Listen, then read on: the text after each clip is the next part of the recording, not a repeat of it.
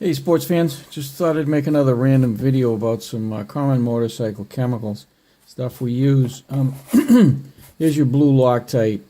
This is like a 240, number 242. There's quite a range, but if you get the blue stuff and assemble parts on your bike, this is the stuff you want to use. It's fairly low strength, but it does the job of keeping vibration at bay, keeping those nuts and bolts together.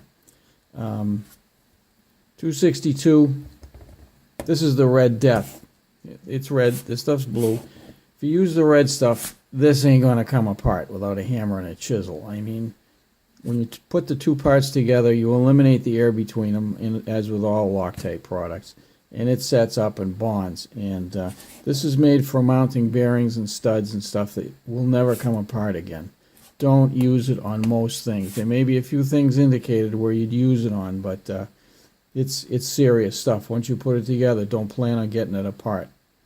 A trick when you try to get parts to come apart when you've used the blue Loctite is a little bit of heat. Use a heat gun, not a torch. Warm it up, and it will generally loosen fairly easily without ruining any parts. But use the blue stuff, 242. 262 is the red stuff if you don't want it to ever come apart again. Then you got your sealants. What I've been using for quite a while, since after working on a lot of Japanese bikes, is this gray stuff. Yamabond, Honda makes it, whatever. It has kind of a lacquer thinner smell to it. It's sticky, and it does a great job. It stays fairly pliable. You don't want something that's going to set up hard. But you use it to seal things up and also to stick gaskets on where you don't want them to fall off while you're putting them together. Handy stuff to have.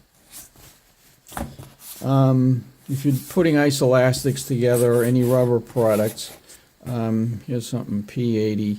There are a number of different brands around, but it's a temporary rubber lubricant. If I can get the top off, show you what it looks like. It's a milky white. This stuff's probably out of date, but hard to see here. Yeah, this is gone. But it's a milky white. And you use it putting rubber parts together, and then it dries out and pretty much disappears. But while you're putting something together, it's what you want to do. You don't want to put petroleum-based products on most rubber goods because it's going to deteriorate the rubber, and after you put it together, not a good thing to do. So anyway, that's a good item. You've got your silicone lube here.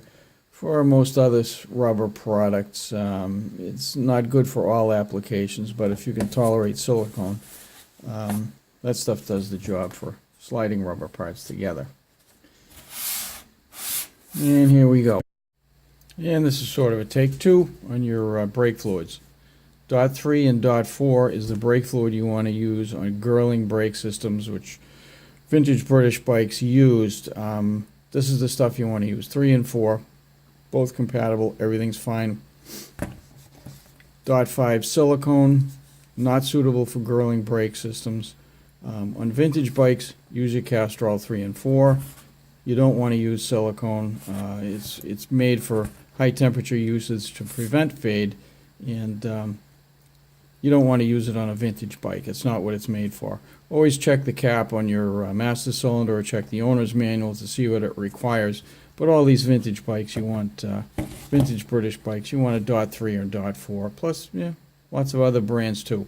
Check the manufacturer's recommendations, but 3 and 4 is a good bet for most of the old bikes. All right, thanks for watching.